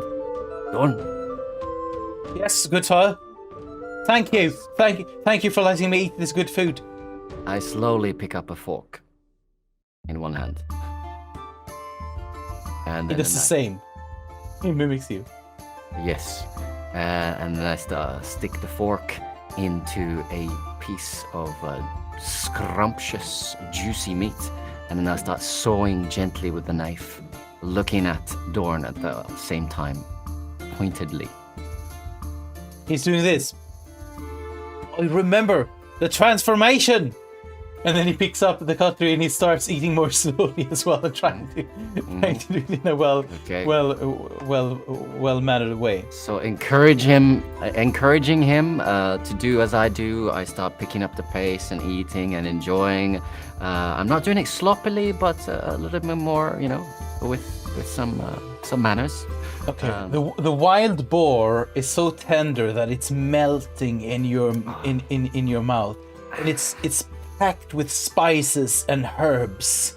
Okay. And one taste follows the next one, and you think that you have never ever experienced food, not even in your home city. You never experienced food like this, not on your journeys. You understand why this place is indeed famous for its food. And all the dishes, even though it seems a bit overkill, seems to be complementing each other in some kind of magical way. And you can't help to wonder if alchemy is involved in enhancing food like this, or if this is actually the work of a normal chef. Ooh. That's an interesting thought. Yes. Once you drink the ale, it is bitter, yet sweet, yet savory. It changes. It's swirling around in your mouth and caressing your throat in a very gentle way. Even though it's so full of taste as well, it never feels too thick or too much. You want to drink more. Okay, so I let this urge carry me because I feel I've done good. Can you do a constitution roll? Oof, all right. Yes. Yeah, okay. In the meanwhile, let me catch up. We're heading into copyright infringement territory, yes? But the coastal wizards... Yeah, click on the tab so we see the throw. I heard it over the car speakers. People at the cafe across from where we're looking around. That's hilarious, self-delusion.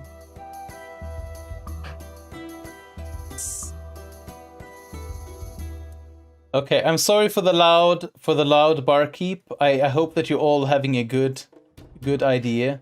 Ron Anonymous, thank you for overthrowing me in compliments. That is very kind of you.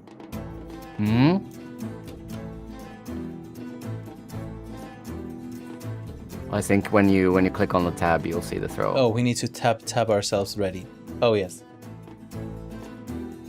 Let's see how the Constitution check goes. I got a -1. Yeah, but it's gone now since you have eaten. It's gone now. No, but I still have a -1. Oh, you still have a -1. Okay. Yeah, my Constitution. So you've had 2 pints of ale, and you don't know if it's because you haven't eaten enough yet, or if it's very strong ale. But you're starting to feel tipsy. You're not drunk, but you're still feeling you're already feeling very cozy. You want more. Okay. Yes. And it's hard for you to resist. So you pick up one more pint and you just down it in one go. Can you roll another Constitution roll? Yeah. Still -8. No, -8, -1. Guys, feel free to inspire me in the chat if you want to. Okay, so this is 8. A good old trusty 8. So you're getting slightly drunk. You're feeling that your fine motorics are not as fine, and you're feeling very content and very hungry. And you keep on digging into the amazing food. Curious people are looking at you, wondering at you, and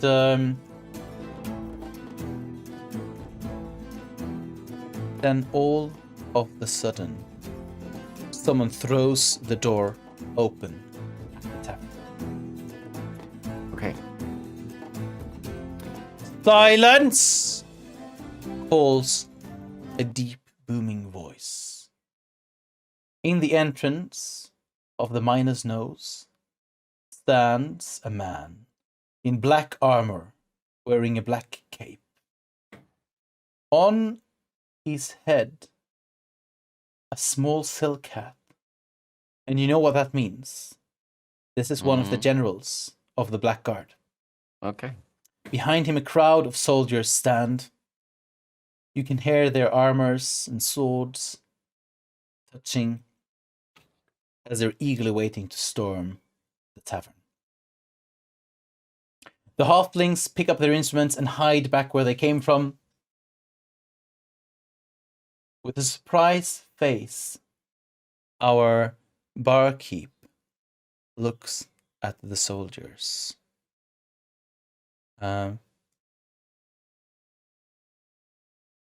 We are searching for escaped prisoners. They are to be executed on sight.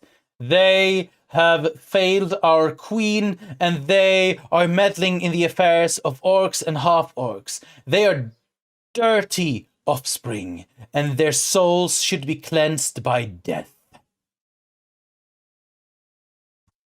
Okay. The barkeep. Oh gosh, Bulgur is his name. Bulgur looks at them with a smile on his face, and he said, "Well, you must be really hungry, my dear soldiers, if you're out doing the goodwill of the queen. Can I offer you some of my famous mead and drinks?" We're not here to eat, Bulgur, and you know that very well. Have you seen anything? Has anyone seen anything unusual? I stand up. And I say, I have seen something very unusual. my speech is a little bit slurry. Who are you? Speak. My name is Hāndre le Kiver. What is your name, good sir? My name is Menake. Menake. General have seen. Menake. And if you would live here, you would very well know that. Hāndre. I am very unfortunate to have not heard your beautiful name before in my life. But, as I was saying, I have seen something very unusual. This is what you wanted to know, right? Speak. Don't waste Look my at this time. food. Look at this feast. Isn't this the most unusual sight you have ever seen in your life? Come, join, sit. Have a feast with me and my servant. Can you roll a charisma check? Or persuasion check? I'm rolling. Let's make this a competition. Oh, no. No. Okay. It sounds like you are trying to stall me. Are you one of them? Are you a dirty little orc fucker? He One says. of them? He spits on the floor. Orc fucker! Never! Look at me! Look at his face! No! How could I? Then tell me what you have seen. Me? He's starting to pull at his weapon and starting to slowly unsheath it. Oh, come closer, good man. Sit, let's talk. He's walking up closer to you. He unsheathes a really big sword. And he grasps the blade with one end and the handle with the other one. And he slowly gets closer to your face, to your throat with it. He lets his face touch yours. May I look? Stop I just keep on stalling me, or I will hang you as one of them. Have you seen something or not? Ah. I have not. It is a shame you do not take some time to enjoy the simple pleasures of life. Good man. I apologize for showing some manners and trying to bring some beauty here to your existence. I He would let the sword drop into only one hand, and then with an open palm, he shoves you hard in the chest so that you fall over back to the ground and hit the back of your head. And the metal steel crushing against your of his gloves, of the armors, crushing your ribcage, and you're taking 2 damage. Okay. You are a dirty drunk, and you should be happy that I won't have you executed. Men! He raises his sword, and he turns around, and they go out into the town. And you can hear him calling, knocking doors, and such. Music! Music! Music! Baldur cries out, and again, the halflings comes out, and there is music at the tavern. I start laughing a little bit as I slowly get up with the ale in my head and my eyes full of lightning and stars as I try and blink away the hit on my head, and then I kind of wobble back into my chair and start eating again. You're noticing that people are starting to leave the establishment quite quickly. There is not a jolly meal anymore. Even Dorn is scared. Okay. And you can What see is the that he's matter? nervous. What is the matter, Dawn? Don't you know the Black Heart of the Queen? They're dangerous, Sir Hāndre, Sir Wizard Hāndre. They will kill anyone just in sight. But they left. Why are you still scared? Because you came to the town recently, and are you one of them? He asks with a very sincere look in his eye. He looks worried. What do you mean with them? Are you on the run? Are you a prisoner on the escape? It couldn't help to cross my mind. Now that they said it, the guards. And if I was, what would you do? I would.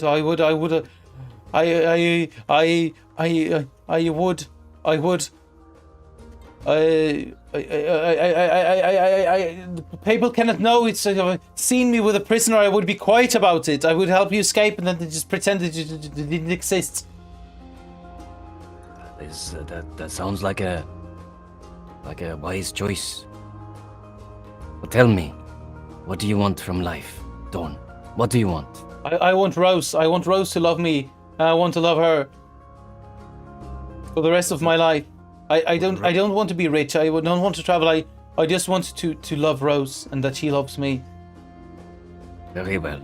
You have done well, Dawn, tonight. You have done very well. I will give you a gift. And if you ever find me, and if I ever find you, remember what I have done for you. And what I have done for you, Sir Magician Wizard. Hāndre. You have been my companion, and you have kept your mouth shut. I appreciated that.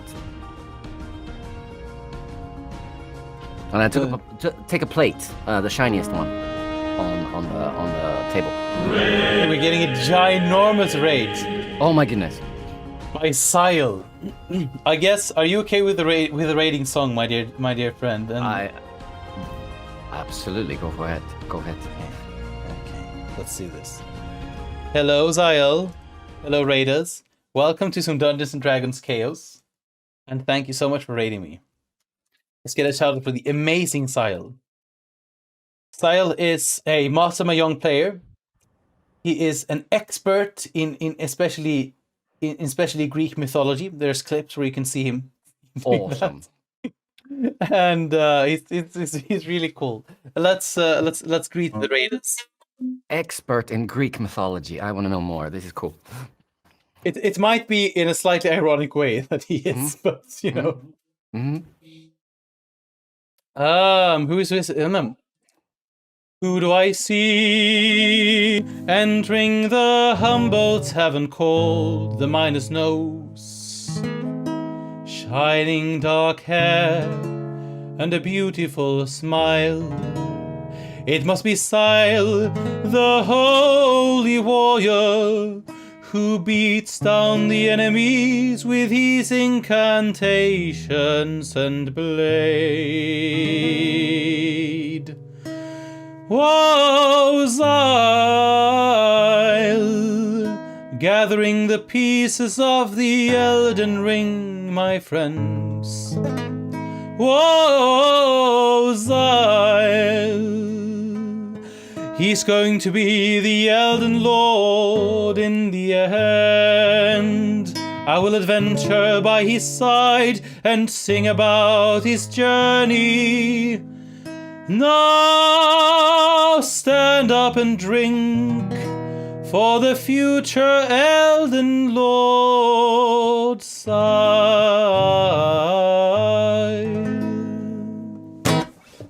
Thank you so much for raiding, Sile. That's amazing. How is Elden Ring going for you? Did you know Jason cheated on his wife, Medea, and so his boat killed him? Wow. Yes. There we have it, Sile. Oh my goodness. Cool. Yes. Okay. Are you the bard that seduces everyone, Waka? Yes. No. All the love songs are just for you, Sile. I promise. As long as you are there. Today we are doing a one-shot Dungeons and Dragons adventure. Welcome, Headhunter. Welcome. Hello, Headhunter. Finished killing the dragon last 6. Okay, land 6. Congratulations, Sile. Yes, we're doing some Dungeons and Dragons. It's an improvised one-shot adventure. I did start the stream and prepared 3 maps. We have used none of them because Markku here from Natural Pengu chose to go a completely different path. So I haven't been using any of the maps we prepared. Oh, and it's awesome. It's awesome. The adventure is completely different than, I did 3 maps and we might end up in any of these places. And we didn't. We haven't even left the town where we started. Okay. And we're having a blast. To give you a brief summary, Markku is playing as Hāndre. Do you want to tell us just 3-4 sentences about your character? And you can also, you know what? I'll let you summarize what's going on. What are you escaping from and why? I'm ready. Okay. I want to give you some space to do this. Yes. I joined a quest to aid the orc revolution against the Queen of Magic that is ruling with oppression over the land and gathering slaves from the orcish lands and stuff. But there is this orc chieftain that is now enslaved, captured by the queen. And I've been recruited to save this orc chieftain. And the reward is plenty. My name is Hāndre le Kiver, and I'm an artificer, a connoisseur of magic and mechanics. Magicanics, if you will. I'm a very, very thin, spindly man. No strength, no constitution whatsoever, but lots of brains and charisma. And with those brains, I've created means for me to be able to at least stand up for myself. I also have a little companion, a ladybug called Lady A, a mechanical ladybug that aids me in my quest.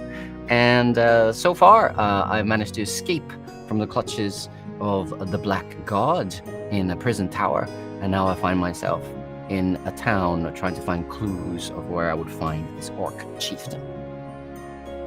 Was that okay? That sounds good. That sounds good. I mean, you don't know if the quest with the Orc Chieftain is a lost cause or not, but I'm really happy that you're grasping onto that fact and that you staying true to your character. You want that money. You want that fame. I want the money. I want the money. Down with the Queen of Magic. Down with the 1%. Yes, yes. Mm-hmm. And now you're at the tavern. Yes. You have been helping a young man, teaching him about life. And in the return, he helped you get some cheap peasant clothing, his only spare clothes. Yes. And you've all of a sudden become best friends almost with Balgur, the owner of the tavern, the Miner's Nose. This tavern is famous across the whole continent for its amazing food and ale. And Balgur was thinking that his ale is being stolen by dwarves, so you created a little trap for the eventual dwarves that would play Baldur's voice out loud and proud every time someone opens the door to the storage of the prized ale. Mm-hmm. We were just visited by the Black Guard of the Queen, who are searching for the escaped prisoners, whereas Hāndre is one of them. But being drunk and, lucky, he managed to avoid them, also due to my bad rolls there. Pure skill. Otherwise, that would have been a really interesting fight, and probably you would be dead. And yes, I will kill the characters if the situation calls for it. I will not be kind to them and say, oops, the guards heard a horn and they ran away. The characters might very well die. We're doing this the real way. Nice and well run intro. Yes, I think it was well done as well. Okay. So I hope that you're all feeling welcome. I hope that you want to join our adventure. Normally Waka is a harsh but fair dungeon master, GM, yes. And sexy. Oh my, Zyle. Oh my. Yeah. It's all about the sax.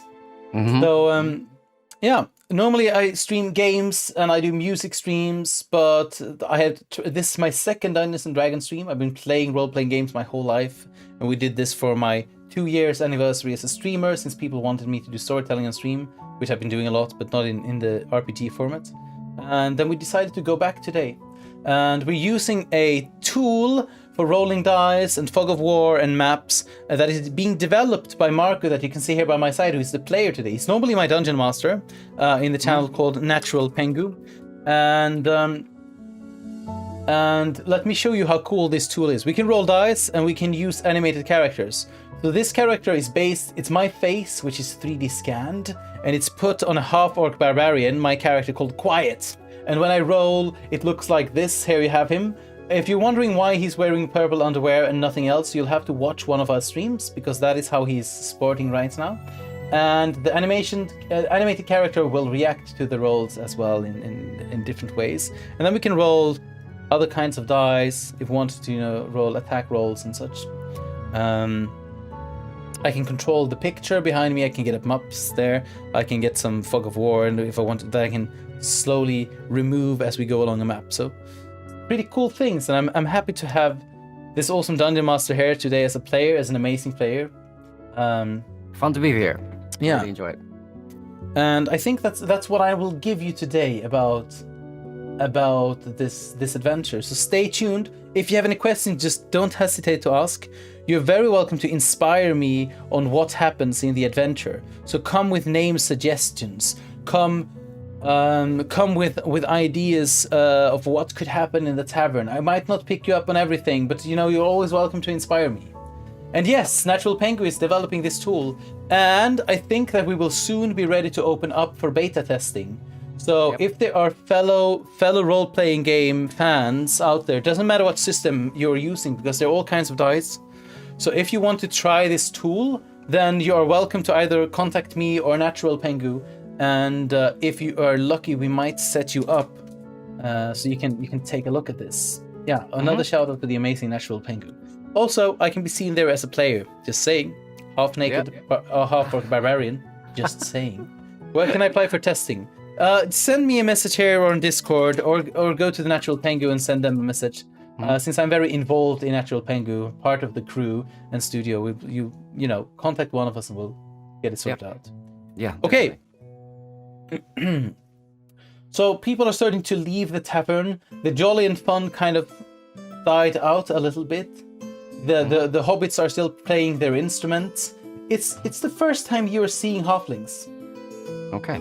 And so for Dorn, you've never seen halflings. You've heard of them. You understand that it's halflings, but it's really the first time you've seen halflings, and you find it really odd that they are living there. But then you're thinking, this is one of the most famous taverns on the whole continent. Maybe this is a part of the whole extravaganza that they are giving. Okay. And and Balgur is now measuring you with his eyes, trying to understand, in your mind at least, if you're a prisoner on the escape or not. Okay. So I'll take the most shiny plate on the table. Yeah. And I'll do some magical tinkering on it. What I can do is I can imprint a visual picture on it, basically. So it's a silver plate. Yeah, silver plate. I think a round silver plate. I look at Balgur and kind of make a question. May I with my face? I hope he understands. It's like, may I use this plate? He just nods really quickly. He seems a little bit scared of you now because he doesn't, a prisoner of the queen in the Judgment Tower. That's people that the queen herself really hates or really scared of. So he might understand. He's fearing maybe that you're powerful, and he just nods and then he starts sip on his ale. And then very quickly I do some tinkering there at the table. I create a picture, the halfling band in the background, Dorn in the foreground wearing these beautiful clothes.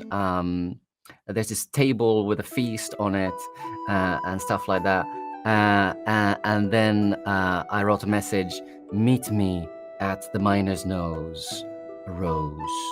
I'll make that image. Is that okay? Yes. Can you do an Arcana check? Yep. I will allow this no matter what. I'm not interested in this is not going to be a natural one. That's okay. And you have a plus 5, right? Plus 5, yeah. 16. Okay. So you finish the work and it looks really beautiful. And in the picture, there is even when you're holding it in your hand, movement. Almost a short snippet of life recorded on it, a fantasy. And when you hand it over to Dorn, he picks it up. You can hear the sound of the halflings playing the music, humming.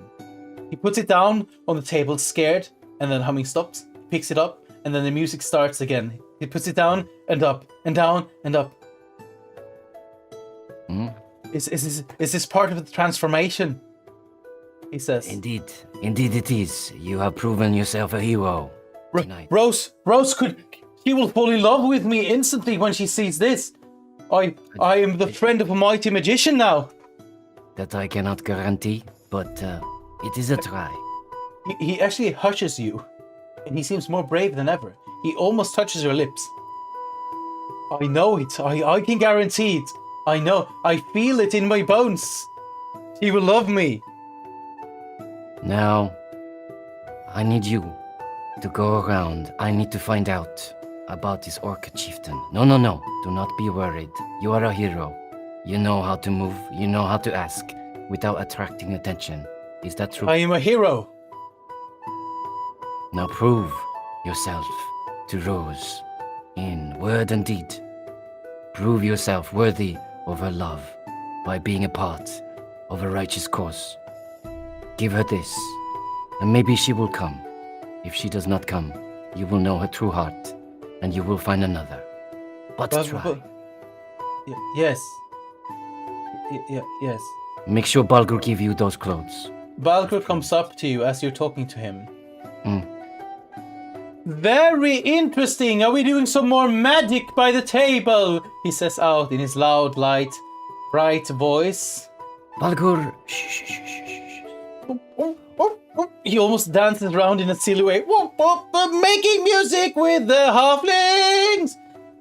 Do you know that I had to pay 100 gold pieces every week for them to stay here? They didn't really want to leave their village, but they couldn't resist the gold and the good food and the ale and their own little house built secretly into the tavern. Ah, a secret. I like secrets. You have plenty. I call them the half band of the house. He giggles a little bit for himself. Now, Balgur, I will talk to the halflings very soon. But the clothes are ready and on your beds, and your beds have been made, and it is time to close down for the night. He hushes the halflings and shows them, and they go back in through their small own little door. The music silenced again. I look pointedly at Dorn and say, "You know what to do." Yes, I will go to my room and I will fetch the clothes, and I will sleep in the room beside you, and in the morning I will go and court Rose, and no matter how it goes, I will be a fighter and a hero. I will keep on trying, and I will help you as well.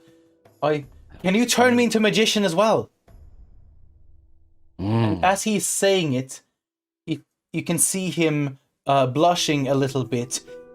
The thought came to him faster than he had to when he was able to think it through. So he said it as he was thinking it, and he looks down at the floor, embarrassed from what escaped his mouth. Maybe time will tell.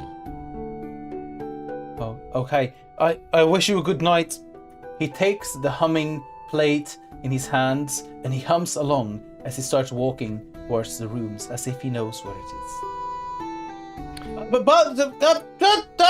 Balgur shouts out, "You need your own key!" And he hands over a key. "Number 2, he says. And then Dorn turns around again and walks away. The last drunkards are leaving, arm in arm. It's 2 elderly men, looking like workers. Having kind of black shades in their faces. Either they work close to a fire or coal or something which would darken their skin like that. And they walk out hand in hand, talking about the evening and then actually trash talking the queen and her black guard, saying, "Remember the good old times when no one watched us so closely all the time, or one could forget the taxes one month and then remember them to pay them double next." And they're speaking about that it was better before, and they start walking out as well. There's only you and Balgur left. And Balgur is starting to clean off plates from the tables. He's directing some of the maids, young beautiful women working there, and what they should pick out and how they should be stored and who is washing what. Okay, so I walk up to Balgur and with a kind of a quiet, hushed voice, say, I saw you looking, Balgur. Yes, looking at what? looking at me. Yes, you are my customer, and you saved my ale from the dwarves after all. You know, don't you? I have my suspicions, yes? Now you know. But we should not forget that the dwarves are the real enemies. Are we okay? I don't know anything. I only know that the traveling magician came here to rescue my ale from the dwarves, and someone doing that must have a pure soul and heart. Perhaps when you tell the tale, tell it as a craftsman. Maybe. Maybe it was my beautiful voice, which was so magical by itself, that the lock started to sing from pure inspiration. That will do. Now, I have one more favor to ask you. Do you by any chance know of a certain orcish chieftain? I know a man in your position hears a tale or two in your establishment. Bulger hesitates for a while. And then for the first time he lowers his voice, and it actually deepens a little bit as well. I hear a lot. The soldiers are drinking here, the generals are drinking here. And I heard about a big fight at sea with pirates trying to free the chieftain. That they want to execute him on the Queen's birthday by tearing every limb apart, one at a time, to prove that no one can mess with the Queen. And where is he now? Do you know? At the tower? If I understood it correctly, their ship were pretty damaged and they had to stay on a half island and wait for repairments before continuing down to Banturia. And where is this island? I get really excited. I am not a sailor, my friend. I'm just the man with the most magnificent voice in the world. Do you Smiles know to anyone who knows where this island is? I think that is very hard to know. There's many small half islands like that in the base and out from Grugnak, and it's probably only a general in the army would know. Probably someone close to the Queen. I mean, someone could definitely try to search for them, but you are not trying. Are you? I smile a little bit. He lowers his voice even more. Do you know the Pirate Prince? And if I would? Gets even closer to you, and then he whispers, "Long live the rebellion." Long live the rebellion, I say back and nod. You're a good man, Balgur. And I tap him on the back a couple of times. As you tap him, he actually pulls you towards him and gives you a big hug. He smells of sweat, fire, and meat. Okay. I embrace the man. If Embrace the man, you're getting tickled by his ginormous red beard. He's much taller than you, and it's kind of tickling your forehead, and then he lets you go. And he just nods. He takes out a big key with gold ornaments. Mm-hmm. Room number 1, he says, and he hands it to you. Number 1. It must be special. I appreciate this. Smiles. Sleep well. Thank you. And then I leave. Okay. Hi there, Dark Wolf, and welcome. Welcome. Alas, you're arriving by the end of the adventure. As you leave, you can hear Bulgur singing to himself again. The song about his big bladder and his high, beautiful voice. And you walk through a corridor to find a door which says 1. It has ornamented roses, and it's a very beautifully carved door. You open the door to see ginormous bed with expensive bed linen. There's a table, there's a chest, there's even a wardrobe and a chair. And it is a painted room.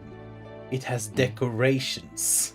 This is not a normal roadside tavern room. This must be a room for when special people are arriving in Rime, which is, after all, a big town and an important town to the queen. On the bed lies a set of clothes. Oh, beautiful. It is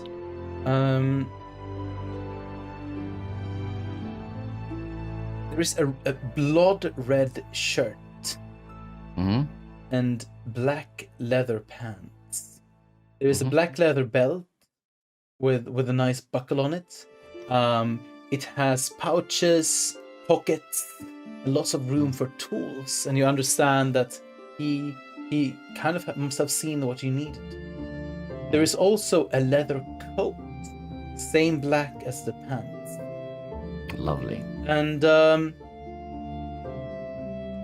it is looking like the clothes of an adventurer. Not a soldier, not an aristocrat, not a hunter, but an adventurer. There's also a pair of boots. And funnily enough, you don't know how, Balgur must have measured you with his eyes better than anyone ever did before, because the measurements are correct. And it's high tier crafting. It's expensive stuff. More than you could ever. I think you've never worn this good clothes before, to be honest. No. Hi, Lucid. Welcome. How are you doing? Do you have anything you want to do before we wrap things up for tonight? I'm gonna kind of array the clothes on the floor, kind of measure them with my eyes. I'm getting ready for the morning in my mind already, adding enhancements to this attire. But right now I'm too drunk and too tired to do anything. So I will snuggle up into this impossibly soft bed. My head sinks into this massive feather pillow, and I just do a nice content sigh, and then I close my eyes. Close your eyes, and you hear from the other side of the wall the recording of the silver plate going on, going off, going on, going off, and you quite quickly fall asleep to this sound. Content, warm and full. And this is where we end today's adventure. Awesome. Which didn't at all go the path I thought, and that was so much fun. I was forced to use my imagination much more than I thought. It was great. Thank you so much. I had a good time. Thank you for joining. It's been nice to take Hāndre to a really serious test drive. To see what he's about. I love how you're playing the character, and it's such a pleasure. Okay. It's almost everyone knows this in my community already, but I really hate metagaming. Even in video games, people are going in when I'm playing Elden Ring, and they're going like, Waka, why don't you go and search for this really powerful weapon? I'm like, no, I'm playing a character. I'm doing an adventure. And it's even more important when you're doing things like, pen and paper RPG to me. Really tell a story. I think that's the interesting part with this whole thing. Yeah. And I'm not going to reveal too much, but we were building battle maps this morning before you arrived. Temples, dungeons, do we have an ogre or is it a magical boar? The bygone wizard gone mad, all of this. And then he said, you just stay in the town and I have to make something up, and I make this on spot up this little whining character who is hopelessly in love like teenagers can be, and it just turns into something completely different. And I'm so happy it did. Yeah, I'm still curious about the temple maps and the ogres and stuff, so I guess we need to do this again so I can experience that as well. Yeah. But the thing is, I have created the universe that I want this to take place in already. I've created the world. And I think that when you have that, when you have a main setting, obviously the queen and her whole slave business is an important theme, and it will be for this whole world. But besides that, in that world, of course, small adventures can happen. Of course, the common man doesn't care too much about the queen. They have no impact. She has no impact on their lives. They will work and live and die and make love and cry and laugh with or without that queen or another ruler. Yeah. It was interesting to kind of get into the life of a common man, I think, as well. Yeah, that was really nice. It felt like a real world, actually. It felt really fleshed out. So I was actually surprised when you told me that you didn't plan to go this way. I was like, everything, the tavern, all of the characters. All of the characters 100% improvised today. Everything. You didn't even like close to get to going to where I didn't even start the adventure that I could push you in the direction of. all right. Yeah. I'm sorry. No, please don't be sorry, because this was much better. Yeah, Well, I over was some like, temples, okay, this really did go a different way. It did. I mean, the temple is still there. If someone would ever pass by it, it's created now. Yeah.